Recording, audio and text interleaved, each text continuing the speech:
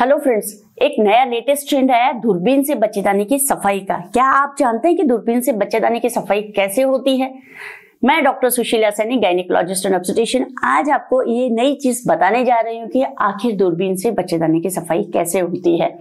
आज तक जितनी भी डीएनसी होती है या सफाई होती है, ये वो ब्लाइंड डीएनसी होती है, यानी कि हम लोग एक औजार डालते हैं बच्चेदानी के अंदर और अंदर का जो मटेरियल है वो खुरच के ले आते हैं और उसको हम बायोप्सी के लिए भेज देते हैं, जो कि ट्रेडिशनल डीएनसी का पैटर्न है।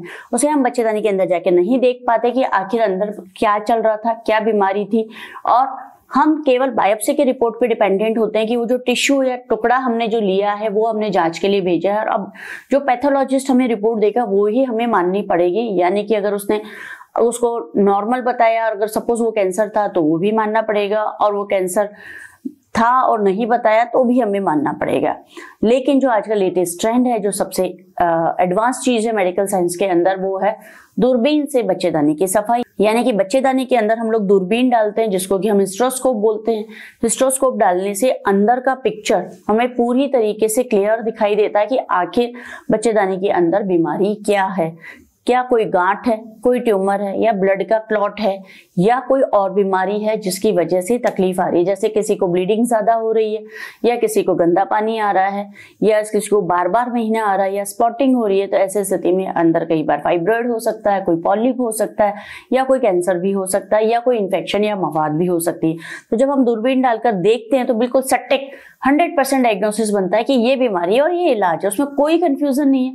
हम किसी के ऊपर डिपेंडेंट नहीं है कि कोई हमें रिपोर्ट देगा और हम उसके बाबत या उसके आधार पर आपको डायग्नोसिस देंगे, क्योंकि उसमें गलतियां होने के चांसेस काफी ज्यादा होते हैं।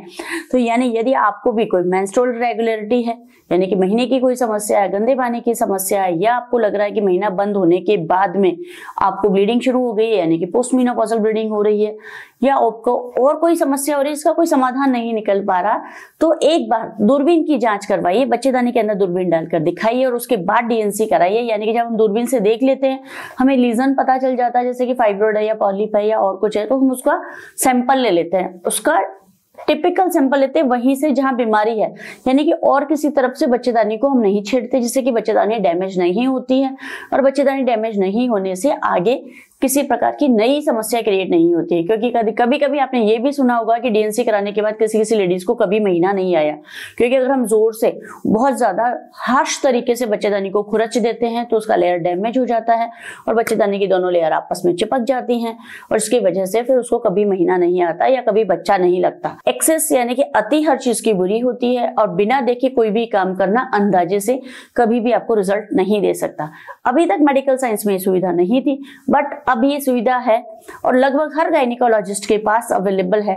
तो आप भी इस सुविधा का लाभ उठाइए और दूरबीन से डीएनसी ही करवाइए, ब्लाइंड डीएनसी बिल्कुल ना करवाइए।